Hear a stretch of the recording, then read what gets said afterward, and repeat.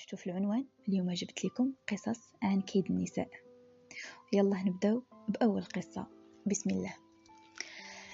يحكى أن واحد الراجل ما عجبتوش العبارة ديال كيد النساء أعظم من كيد الرجال، فقرر يتحدى هذه العبارة بالكتابة على الباب ديال المحل ديالو أن كيد الرجال أعظم من كيد النساء، وكان كيتباهى بأن حتى شي واحد ما يقدر يثبت العكس.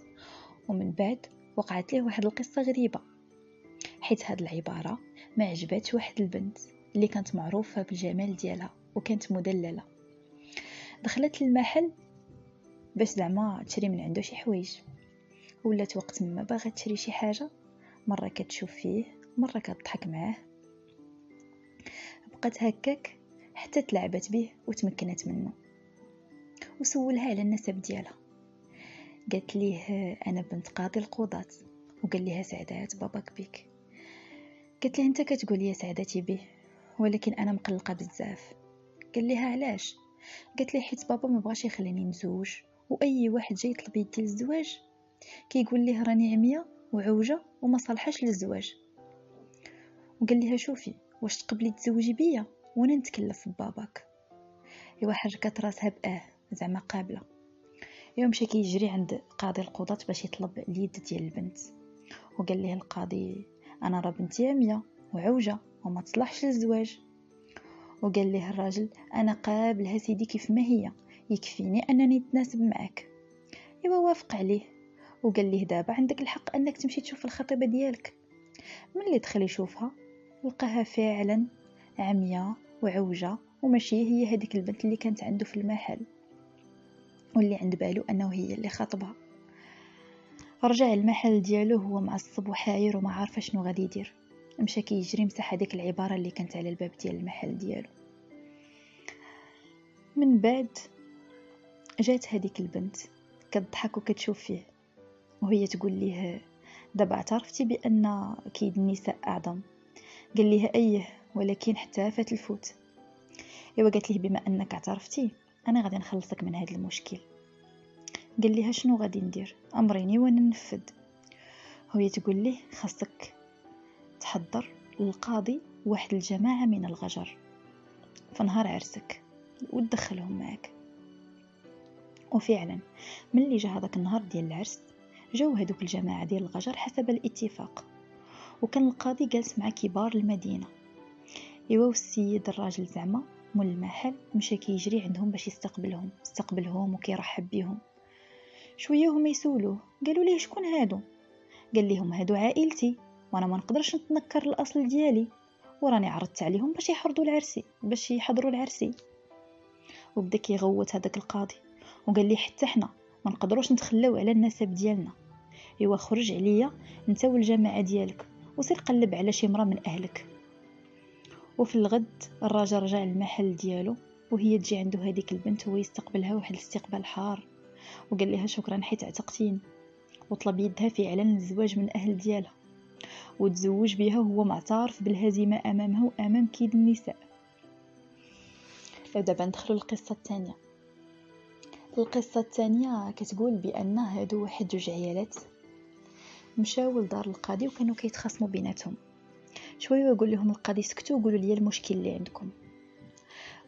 وهي تنطق وحده وتقول الاخرى قالت لها هضري انت، وهذيك بدات كتهضر وكتعاود القاضي كتقول لي شوف سيد القاضي، هاد السيده انا كنقول لها ماما حيت هي اللي رباتني من بعد ما توفى الاب ديالي، وهي في الاصل عمتي.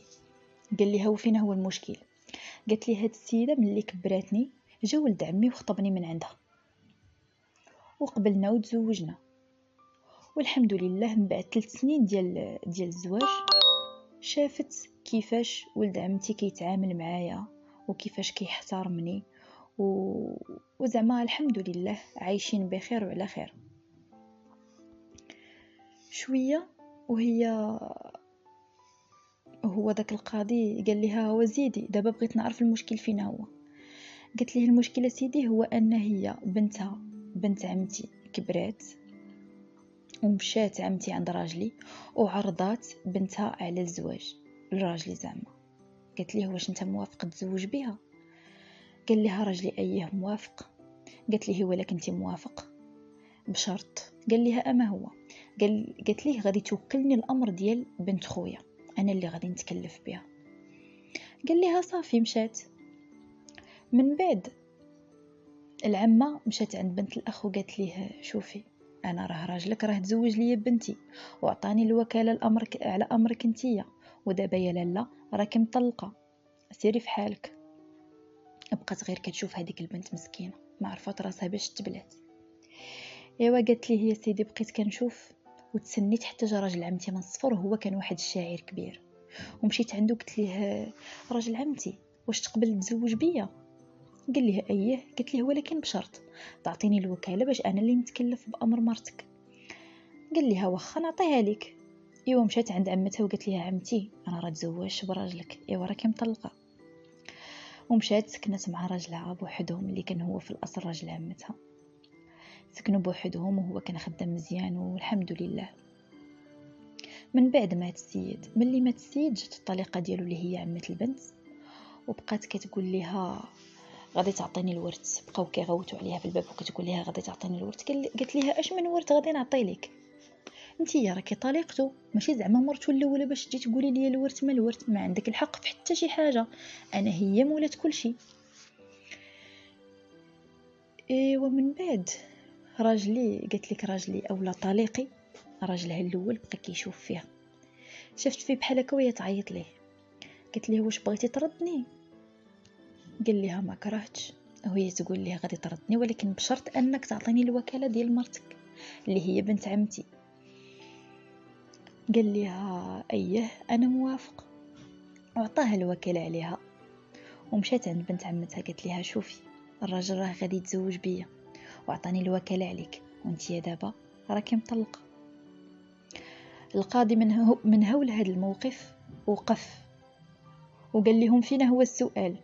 وهي تنطق العمه وتقول واش هادشي يا سيدي ماشي حرام؟ نطلق انا وبنتي وتاخذ هي رجال بجوج، الاول مات ودابا بقى معها الثاني، وتاخذ الميزات وتاخذ الورث وتاخذ كل شيء. ويقول لها القاضي انا ما شفت حتى شي حرام في هادشي، السيد طلق وتزوج شنو اللي فيه حرام؟ قال لها راه ما كاينش الحرام في هادشي. من بعد هذا القاضي مشى قص هذه القصه على واحد القاضي اخر وبدا كيعاود ليه، والقاضي الاخر بدا كيضحك حتى بدا يضرب رجليه مع الارض بكثره الضحك ويقول ليه شوف هاد المرأة هاد الشارفة شنو دارت، ولكن راه من حفر حفرة لأخيه وقع فيها، وهذه راها ما طاحتش في الحفرة، هذه راها طاحت في البحر. القصة الثالثة كتحكي وكتقول بأن هذه واحد المديرة ديال المدرسة كان راجلها كل صباح كيديها في الطوموبيل للخدمة وكيحطها، وكتلاحظ بأنه دغيا غير كيحطها كيمشي كيجري كيرجع للدار. وحست بأن شي حاجة ماشي هي هذيك، خصوصا ملي ولات كترجع للدار ولات السيدة اللي كتشقى عندها في الدار ما بحالها ما بقاتش كتسمع الهضره ديالها. مثلا كتقول لها ديري شي حاجه ما كديرهاش، ولات كتعلي صوتها عليها على مولات الدار. يعني السيده اللي كتشتغل كتعلي الصوت على مولات الدار. شويه مشات عند راجلها وكتقول ليه كتشكى ليه، كتقول ليه هذه ما عرفتش مالها ولات بحال هكا، كنقول لها كلمه كترجع لي 10 ما فهمتهاش. يقول لها وصافي ما تديش عليها. لاحظت بانه كيدافع عليها وكتقول ليه قال لها ما تديش عليها وراكي عارفه جات من بلاد بعيده وما عندها حتى شي واحد هنايا غير تهلاي وغير ديري. السيده شكات. واحد النهار عيطت على خوها قالت ليه راني بغيتك. مشى عندها وهي تقول ليه شوف انا هادشي راه ما عجبنيش وانا بغيتك تبقى تراقب ليا راجلي. وفعلا واحد النهار داها المؤسسه ديالها فين كتخدم وهو يرجع للدار. خوها نيت بقى عاس على داك الشيء. من بعد عيط لختو قال لها شوفي راه راجلك على علاقه بالخادمه ديالك. وهي تصدم وبقات كتقول اشنو غادي ندير وشنو غادي كيفاش غادي نسترجع الحق ديالي. شنو دارت ليه؟ خلاتو حتى كانت عنده الخدمه. واحد النهار مشى مسافر 2 اسابيع. ملي سافر هذوك الاسبوعين مشات عند الخادمه وقالت ليها غادي تجمعي حوايجك وغادي ترجعي في حالك منين جيتي. جمعت ليها حوايجها وقطعت ليها في الطياره وصيفطتها بحالها.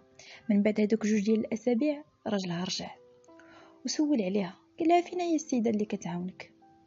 قالت ليه غير سكت، راه ما عرفتيش شنو وقع. قال لها شنو ياك لاباس؟ قالت ليه راه واحد النهار كانت كتشقى وهزت الصينيه بغات تحطها فوق الطبله وهي طيح ليا. قال لها كيفاش طاحت؟ ايوا قالت ليه كيما كتسمع، طاحت وهزيتها كنجري للسبيطار. ملي داروا ليها التحاليل لقاو عندها مرض السيده. هو يشد في راسو السيد ما عرف راسو باش تبلع، حس بالدنيا دارت بيه، حسات بالدموع في عينيه بحال السيد بغى يبكي. صافي قلت لك من كثرة القهر ومن كثرة التفكير السيد خاف على راسو لا يموت، بقى كيحضن ولادو كيخرجهم، زعما ولا عاطيهم الوقت كتار. وقالت لك من كثرة هذاك التفكير والتخمام نقص 10 كيلو في الميزان. ايوا واحد النهار قالت لهم حتى حسيت بانني رجعت كرامتي، حسيت بان كرامتي رجعت ليا، وان صافي كنشوف فيه كنحس بانه صافي ما عنده فين يزيد كتر بهاد التوتر اللي عنده. مشات عنده وقالت ليه ايوا انا دابا من بعد ما حسيت براسي بانني انتقمت غادي نقول لك شنو كاين. قال لها قولي لي شنو كاين. قالت لي انا راه غير ضحكت معاك، السيده راه ما عندها حتى شي حاجه، راه هاكين وهاكين وهاكين، وانا راني عرفت بانك كنتي معاها. وبقى كيعنق فيها وكيقول ليها سمحي لي بزاف، ما تعصب ما والو، غير فرح من اللي سمع هاد الخبار، حس بان بحال الدنيا عطاتو واحد الحياه جديده. عنقها وقال ليها سمحي لي، عمرني ما غادي نبقى نعاود ولا عمرني ما بقيت غادي نشوف حتى في شي وحده. ايوا رجع لدارو ورجع لمراتو وشرى ليها دار اخرى، دار زوينه وكبيره وفيها الاتات وداكشي اللي كتبغي اي مرا. ايوا هذه القصه الثالثه اللي سالت معنا، ودابا غادي ندخلوا لاخر قصه وهي القصه الرابعه. القصه الرابعه كتحكي وكتقول بان هذا واحد السيد كيالف واحد الكتاب، وهذاك الكتاب اشنو فيه؟ هذاك الكتاب فيه جمع فيه كاع المكر والكيد ديال النساء، اي حاجه سمعها كيكتبها في هذاك الكتاب. وسمعت به واحد السيده اللي كانت معروفه بانها زوينه في هذاك العهد. عيطت ليه، صيفطت ليه دعوه وقالت ليه غادي تجي عندي. مشى عندها وبقاو جالسين تقريبا واحد ساعه ديال الوقت كيهضروا على داك الكتاب وعلى الكيد وعلى المكر وهذاك الشيء كامل. شويه هو يسمع الدقان في الباب، قال ليها اش هادشي، شكون جاي؟ قالت ليه هذا غير راجلي. وتخلع وبدا كيترعد وقالنا لي ما عرفتش شنو غادي يوقع دابا. قالت ليه شوف ما تخاف ما والو، هاك هاد الصندوق حطو فوق راسك. وداك الصندوق كان خاوي. وقالت ليه تسناني غادي نحل الباب. حل الباب وهو الراجل هيدخل ويقول ليها شكون هاد الراجل هذا؟ قالت ليه لا راه ما كاين والو، انا غير ما بقيتش بغيت نبقى عايشه معك، بغيت نمشي لدار والديا، صافي انا عييت ومليت من هاد الصداع ديما. شاف هذاك السيد ومشى عنده، عطاه الفلوس وقال ليه غير حتى سيدي هذاك الصندوق وخرج، انا راني قاد نصلح هادشي مع مرتي.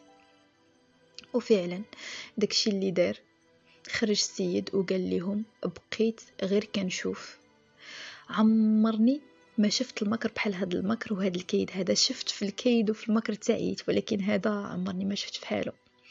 وكتب عليها في الكتاب ديالو بأنها أكيدهن وأمكرهن في بلاد العرب. ومن هنا غادي يكونوا القصص ديالنا سلاو إلى موعد آخر إن شاء الله. وإلا فعلا عجبوكم هذا النوع من القصص كتبوا لي في الكومنتير باش إن شاء الله ندير لكم أجزاء أخرى. وكنتمنى أنكم تشتركوا في القناة ديالي وتبارطاجيو لا فيديو اللي عجبتكم، وشكرا بزاف على الاستماع.